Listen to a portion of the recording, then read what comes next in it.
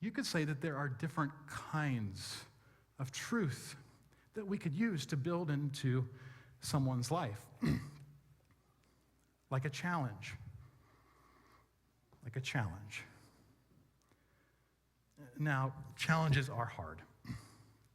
Some of us would prefer not to do them at all, but challenges are important to build into somebody's life, to help them to become the most that they can be. At the same time, the question that I want to ask is, how would affection, genuine affection, affect a challenge? How would it shape it? And that's something that could be answered many ways.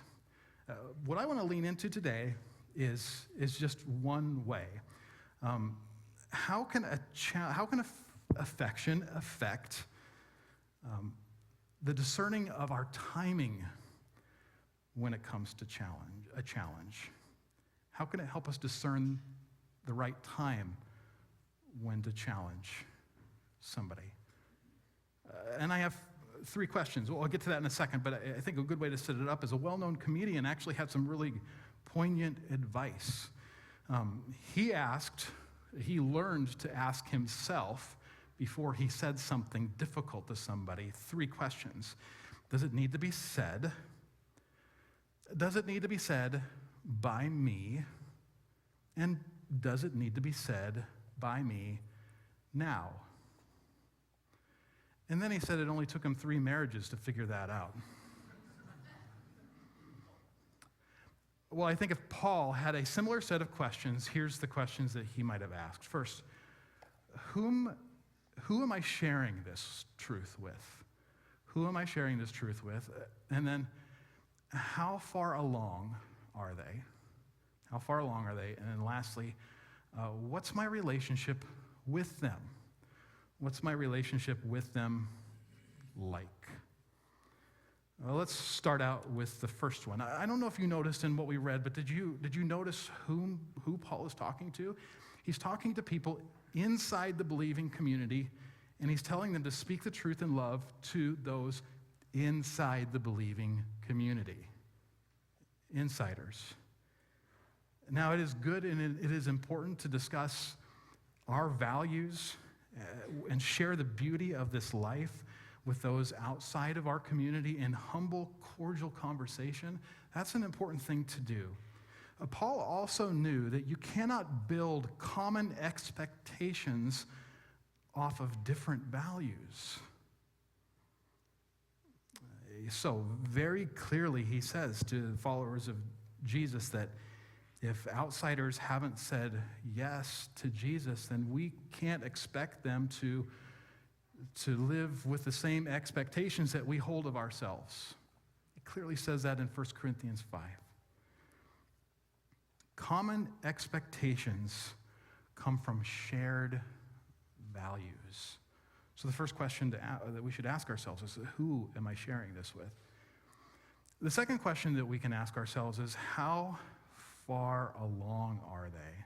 What if somebody has the same values that we have, but they aren't necessarily as far along? In college, I was a resident advisor. I don't know, that's kind of the modern lingo for it, but a dorm supervisor for my dorm community. It was Stout Hall. It was the honors dorm, which didn't exactly have an athletic prowess, as you could imagine. But hey, we all needed to get in shape and stay in shape, so I was required to do a certain number of programs every month, and I came up with the idea of Stout in Shape.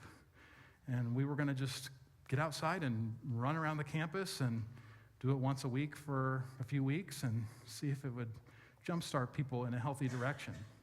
Well, when we went out, it was immediately clear that some were in good condition for this sort of thing, but there was at least one person, I'll call him Jake, who had never really done any running in his life.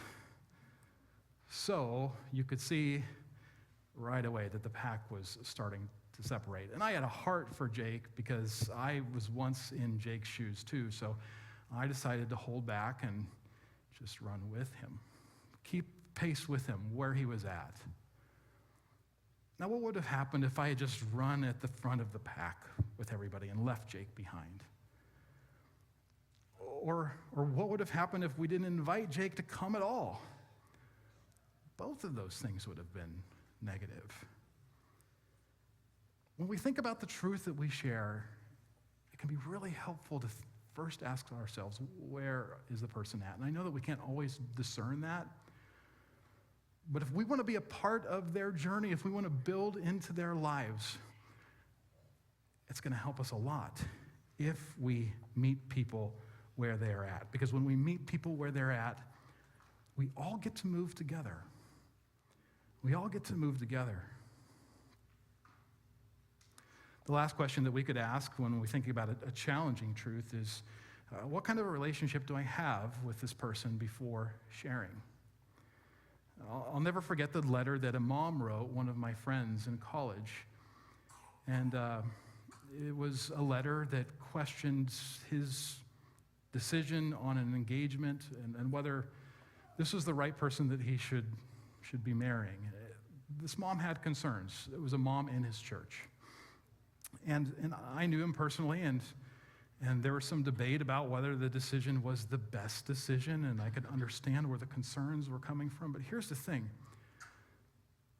This mom had really no relationship with him whatsoever. No relationship with him. The hard counsel that she gave did not settle in the tilled soil of a trusting relationship. When we have worked alongside people, when we have laughed alongside people, when we have grieved alongside people, celebrated alongside people, we have earned the right, we have earned the opportunity, I should say, to challenge our brothers and sisters to take another step. And we get to lay another block in the space we occupy as builders.